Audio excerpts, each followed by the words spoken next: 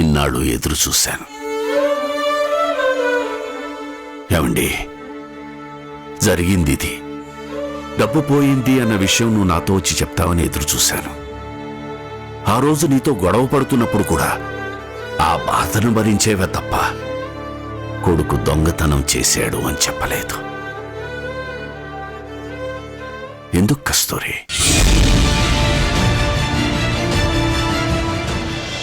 America వెళ్ళిపోతున్నాను, మొత్తం అక్కడే సెటిల్ అయిపోతున్నానని ఓవర్ చేస్తున్నావా?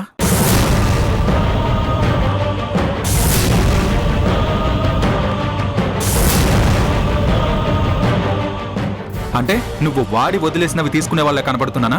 రే, ఏం మాట్లాడుతున్నావురా? నేనేదో క్యాజువల్ టచ్ చేయకు. చూడు, అమ్మనేదో కాకపట్టి మాకందరికీ రావాల్సిన డబ్బులు కాకుండా నీకు నువ్వుగా మా గురించి ఆలోచించకుండా నీ స్వార్థం కోసం నువ్వొక్కడివే బాగుంటే చాలు అన్న ఆలోచనతోటి అమెరికా వెళ్ళిపోతున్నావు. వెళ్ళరా, వెళ్ళు. బట్ ఒక్కటి గుర్తుపెట్టుకో, నువ్వు ఎక్కడ ఉన్నా ఎలా ఉన్నా నువ్వు వదిలేసినవి వాడుకునేంత హీనమైన పరిస్థితిలో మేము లేం. ఏంటి ఏమన్నావు? నెల నెల నాకు ఖర్చులకు పాకెట్ మనీ పంపిస్తావా? అవసరం లేదు. నువ్వు అమెరికా వెళ్ళేటప్పుడు ఖర్చులకు ఉపయోగపడతాయి, తీసుకో. రే రే, మెంటలా నీకు? నేనే మాట్లాడుతున్నాను, నువ్వే మాట్లాడుతున్నావు. చేతిలో 50 రూపాయలు పెట్టి వెళ్తావేంటి? అంటే నువ్వు నా చేతిలో 50 రూపాయలు పెడితే తప్పులేదు, నేను వెళ్ళిన తర్వాత నీ ఖర్చులకి పంపిస్తానంటే తప్ప? తప్పే. నేనెప్పుడైనా అడిగానా? నీ బట్టలు వాడుకుంటాను, నీ చెప్పులు వాడుకుంటానని అడిగానా? అంటే చెప్పులు బట్టలు లేనంత హీనమైన పరిస్థితిలో ఉన్నానా నేను? రే, చెప్తుంటే అర్థం కావట్లేదా? నాకు కాదురా, నీకు అర్థం కావడం లేదు. సెల్ఫిష్. అన్నయ్య,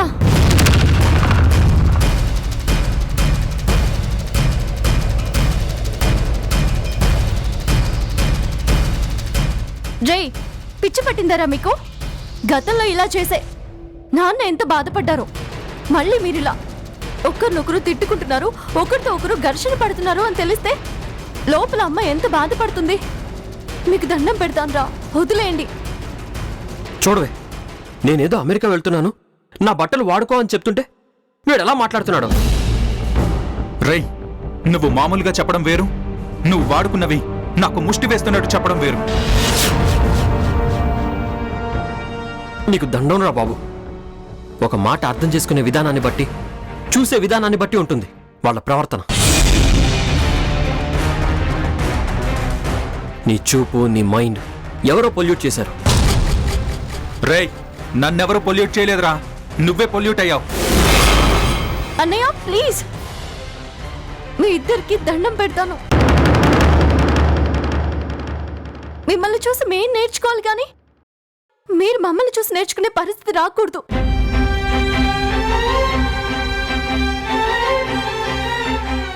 చిన్నయ్య, ఒక 2 డేస్లో వాడు వెళ్ళిపోతున్నాడు. వెళ్ళిపోయే వాడిని ఇలా బాధ పెట్టడం ఎంతవరకు కరెక్ట్రా? పెద్దన్నయ్య, నువ్వు కూడా ఏంట్రా? వెళుతూ వెళుతూ చిన్నన్నయ్యని బాధ పెట్టి వాడితో గొడవ పడి నువ్వు మాత్రం అక్కడ సంతోషంగా ఉండగలవా? ఏంటన్నయ్య ఇది?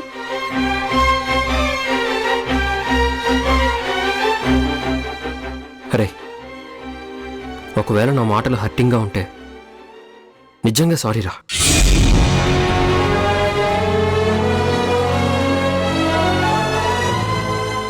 నిన్ను బాధ పెట్టడం నా ఉద్దేశం కాదు. నా తమ్ముడిని బాధ పెట్టి హేళన చేసి నేనెలా సంతోషంగా ఉంటానురా?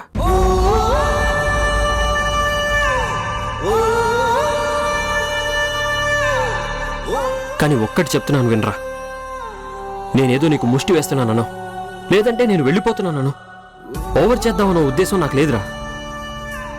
నేను వెళ్తుంది మాత్రం మీకోసం, మన ఇంటి కోసం.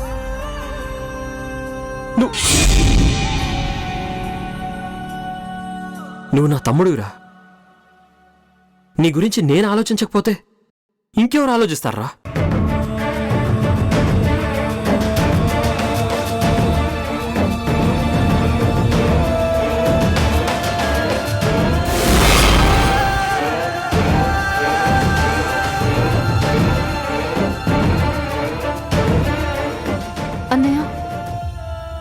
ఎందుకు ఇలా తయారయ్యావు? ఇంతకు ముందు ఇలా లేవు కదా. నీ దగ్గరున్నవి అన్నయ్యకి ఇచ్చేవాడివి, అన్నయ్య దగ్గరున్నవి నువ్వు తీసుకునేవాడివి కదా. ఎన్ని రోజులు అన్ని అలాగే కలిసి షేర్ చేసుకునేవాళ్ళు కదా. ఇప్పుడు అన్నయ్య వెళ్ళిపోతుంటే హ్యాపీగా ఫీల్ అవ్వాలి మనం. మనకు మనమే పొల్యూట్ అయిపోయి ఇలా కుళ్ళుకునే పరిస్థితి రాకూడదురా. నీ మాటలకి వాడు ఎంత బాధపడుంటాడు. పెద్దవాడివి కనుక నువ్వు నన్ను అనడంలో తప్పులేదు, కానీ నేను నిన్నంటే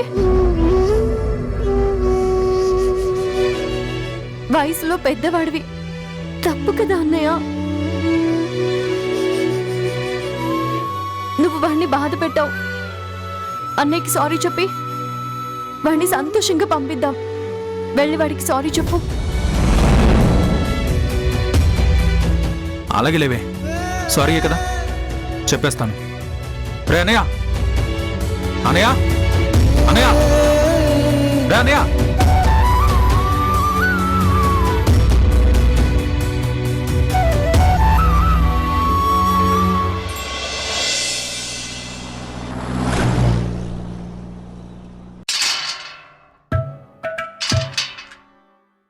అరవింద్, అరవింద్, అరవింద్, అరవింద్.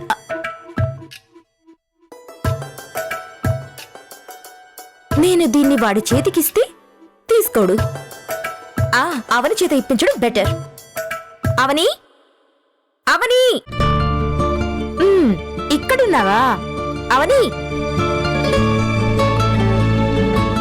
అవని, అవని, ఇక్కడున్నావా?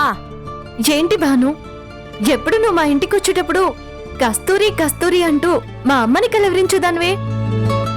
ఈరోజేంటి కొత్తగా మా అన్నయ్య పేరు నా పేరు వినబడుతుంది? నీతో పనుందవని. ఏంటో చెప్పు. ఇదిగో ఈ డ్రెస్ గురించి వాడి కోసం ఎన్నో షాపులు తిరిగి షాపింగ్ చేశాను. వాడు ఫ్లైట్ ఎక్కేటప్పుడు నేనిచ్చిన డ్రెస్సే వేసుకోవాలి. ఇది సెలెక్ట్ చేయడం కోసం ఎన్ని షాపులు తిరిగానో తెలుసా? పాపం, నా కోసం మా డాడీ కూడా ఈ రోజు నేను తిరిగిన షాపులన్నిటికీ వచ్చారు.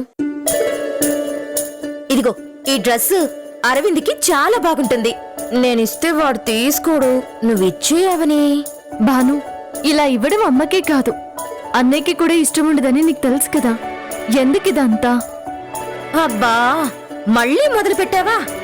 అవని, వాడి కళ నెరవేరబోతోంది. అయినా నేనేమైనా కోట్లిచ్చానా? జస్ట్ ఒక చిన్న డ్రెస్. వాడి కోసం ఈ చిన్న గిఫ్ట్ ఇస్తే కూడా తప్ప? ప్రతిదానికి ఏంటవని నువ్వు కూడా? నిజం చెప్పు, నువ్వు మా అన్నయ్యని ప్రేమిస్తున్నావు కదూ?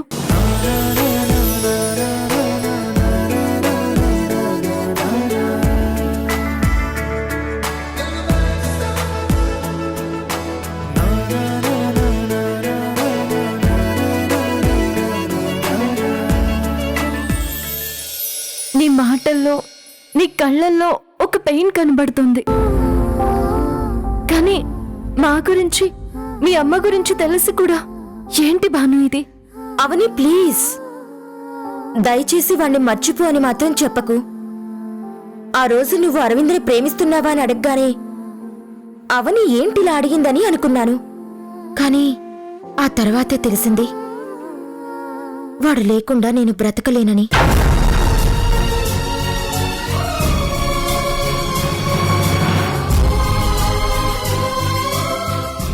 భాను, ఏం మాట్లాడుతున్నావు నువ్వు?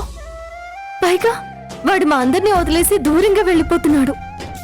వాడు ఎంత దూరం వెళ్ళినా మళ్ళీ తిరిగొచ్చే వరకు నేను వెయిట్ చేస్తానవని. భాను ప్లీజ్, ఇది లైఫ్, డోంట్ టేక్ సిల్లీ. నేను అదే చెప్తున్నానవని. ఇది సిల్లీగా తీసుకోలేదు, సీరియస్ గానే తీసుకున్నాను. అది కాదు భాను, ఈ విషయం అమ్మకు తెలిస్తే మీ మధ్య ఉన్న రిలేషన్. Avani please, please. ఇన్నేళ్ళు నేను మా ఇంట్లో కంటే మీ ఇంట్లోనే ఎక్కువ ఉన్నాను. రేపు నేను ఇంటి కోడలైన తర్వాత మా కస్తూరిని ఓయ్ కస్తూరి అనే బదులు ఓ అత్తయ్యా అని పిలవాలనుంది. దయచేసి నన్ను డిసప్పాయింట్ చేయొద్దు. నిన్ను చూస్తుంటే బాధేస్తుంది భాను. పైగా ఇలాంటి విషయాలు ఎక్కువ రోజులు మనసులో దాచిపెట్టుకోవడం కూడా ప్రమాదమే. ముందు ఈ మాట అన్నయ్యతో చెప్పే, లేదంటే నేనైనా వెళ్ళి అన్నయ్యతో. వద్దు, ఇది నా ప్రేమ విషయం. నా పెయిన్ వాడికి అర్థమయ్యే రోజున నేనే వాడికి చెప్తాను. అప్పటి వరకు నువ్వు ఈ విషయం ఎవరితోనూ చెప్పొద్దు ప్లీజ్.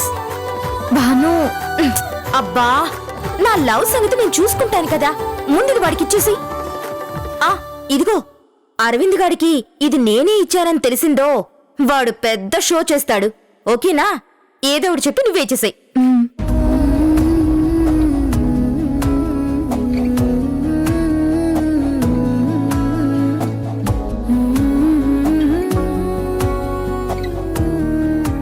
నీ ప్రేమ విషయం తెలియాల్సింది మా అన్నయ్యకి, తెలియకుండా ఉండాల్సింది మీ అమ్మకి. రేపిది ఎటు దారి తీస్తుందో అని భయంగా ఉంది భాను.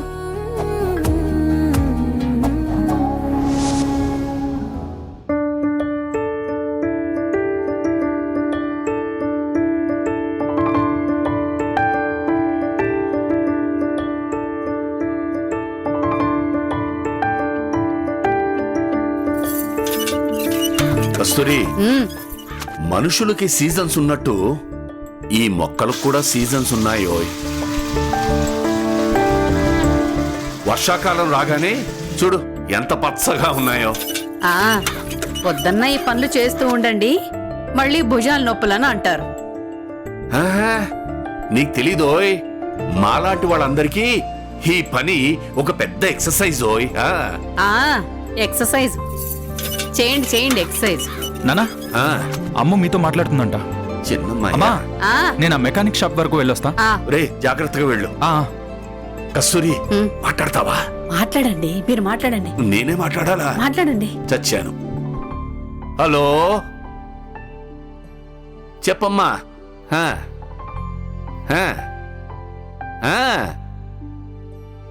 నాన్నా, నువ్వు వెళ్ళింది కాలేజీ పని మీదమ్మా. నీకు రావడానికి టైం పడుతుంది. అక్కడికి వెళ్ళినా నీ పెళ్లి గురించి ఎందుకమ్మా ఆలోచిస్తావు? మేమున్నాం కదా, అన్ని బాధ్యతలు మాకు తెలుసు, మేము చూసుకుంటాం కదా. పోనీ మీ అమ్మతో మాట్లాడతావా? అమ్మా, మాట్లాడండి మీరే. నేనే మాట్లాడాలా? సరే చెప్పు. మన ఇంటికి ఎవరో వచ్చారమ్మా. ఎవరొచ్చారమ్మా? శశికళ వచ్చిందమ్మా.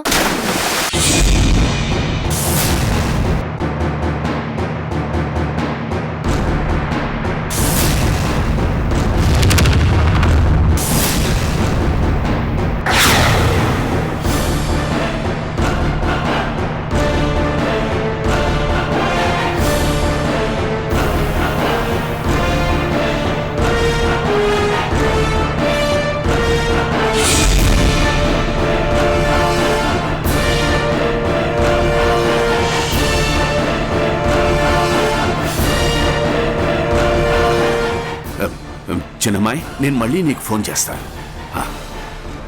పెద్దమ్మాయి, ఎవరొచ్చారని చెప్పా? ఎవరో శశికళ అంటున్నా.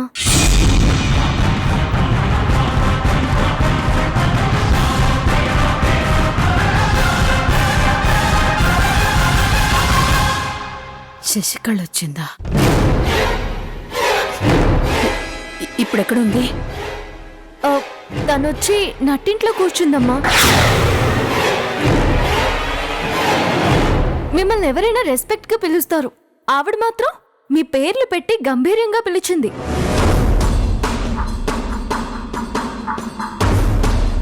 అసలు అలా మన నట్టింట్లోకి చెప్పులు వేసుకుని రావడం నేనెవరిని ఇంతవరకు చూడనే లేదు.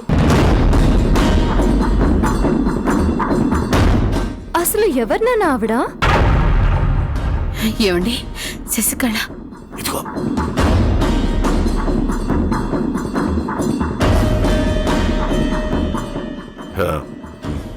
ఎవరు అంటే అది అది మా ఇది పెద్దవాళ్ళ విషయం అమ్మా. మేము వస్తున్నామని చెప్పు. వెళ్ళు, చెప్పు, వెళ్ళు. అది కాదు నాన్న, ఆవిడ పేరు చెప్పగానే అమ్మ అదోలా అయిపోయింది. అసలు ఎవరు నాన్న ఆవిడ? చెప్పింది చేయి.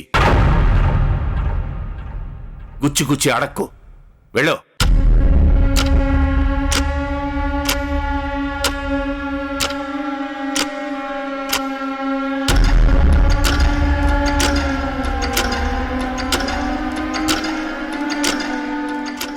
ఏమండి, నాకు భయంగా ఉందండి. అసలు అసలు శశికళ మన ఇంటికి రావడం ఏంటండి? అదే అదే నాకు అర్థం కావట్లేదు. సరే వెళ్దాం పద. అది కాదండి. నీ ఉన్నాను కదా, నేను మాట్లాడతాను. ధైర్యంగా ఉండు. రా వెళ్దాం.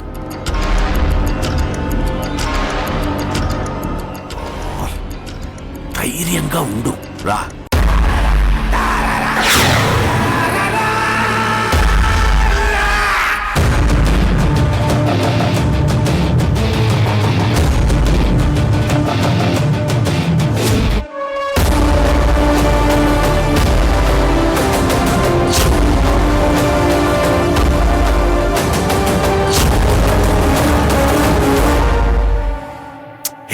ఏంటి మామూలుగా ఉండు.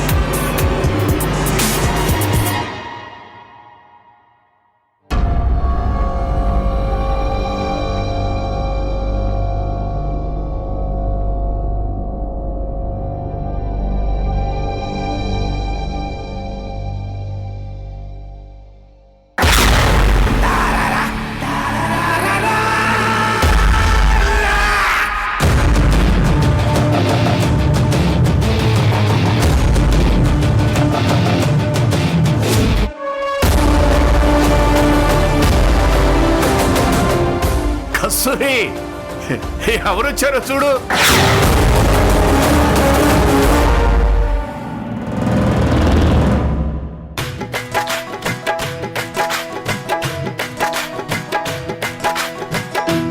నమస్కారం. నమస్కారం.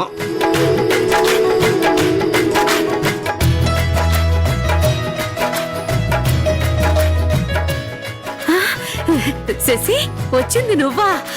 అయ్యో రామా, నేను ఎలా ఉన్నావు శశి? బాగున్నావా? నేను బాగున్నాను. ఎన్ని రోజులైంది కస్తూరి నిన్ను కలవక. అందుకే ఒక చిన్న సస్పెన్స్ తో నేను కలవాలనుకున్నాను. ఎలా ఉన్నావు? ఇప్పుడు వచ్చింది తన ఫ్రెండ్ కాబట్టి సరిపోయింది. ఒకవేళ నిజంగా శశికళ వచ్చుంటే నా కస్తూరి పరిస్థితి ఏమిటి? నువ్వు చిన్నప్పటి నుంచి ఇంతేనే, నువ్వు అస్సలు మారలేదు. ఇంతకీ పిల్లలు ఎలా ఉన్నారు? చాలా బాగున్నారే. అవునా? ఎంతమంది పిల్లలు? 2. అలాగా, 2. ఆహా, ఏం చదువుతున్నారు?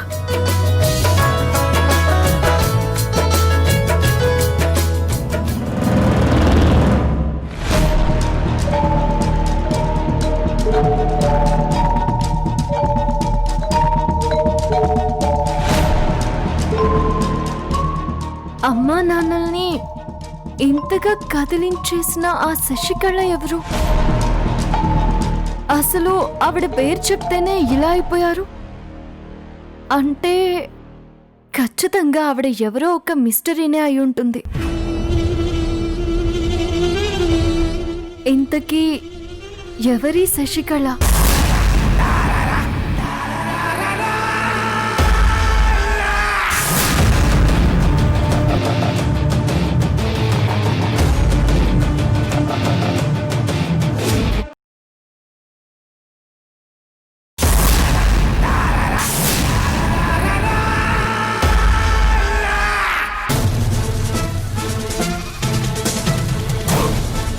అయితే ఏంటంట?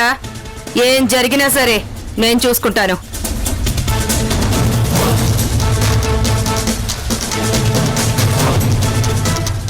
అక్కడికి వెళ్ళి ఆ ఖైదీల సంగతి చూడు. అలాగే మేడం. ఏంటి ఇంకా పని కాలేదు? అవతల చాలా పని ఉంది. అయిపోద్ది మేడం.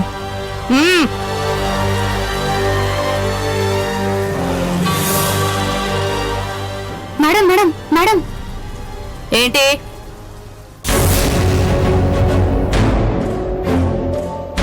మాధవి, ఆ బ్లడ్ ఏంటి? శశికళ గదిలోకి వెళ్ళండి మేడం. పిచ్చి పట్టిందా నీకు? ఎన్నిసార్లు చెప్పాలి? నీకిక్కడ కొత్త ఏం కాదు కదా. అసలు ఎందుకెళ్ళావు అక్కడికి? లంచ్లో మెనూ ఏం కావాలో అడగడానికి వెళ్ళాను మేడం.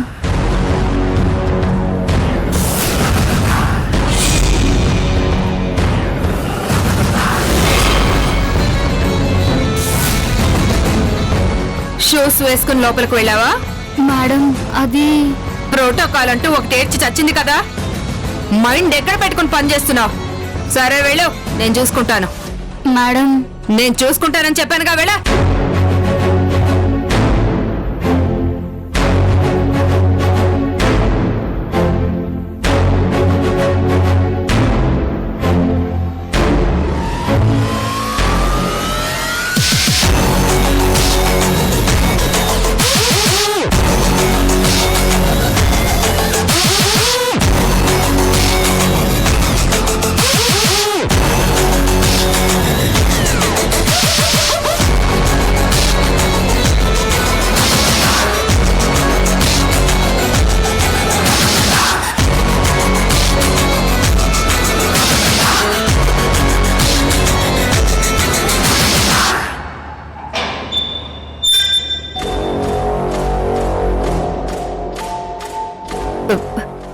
మేడం,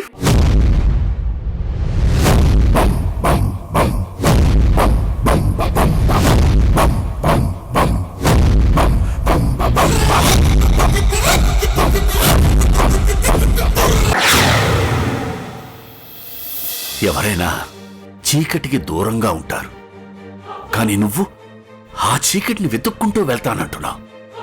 ఏమైంది నీకు? ఎంత మరచిపోవాలనుకున్నా అప్పుడప్పుడు ఉలిక్కి పడేలా చేస్తున్న భయం.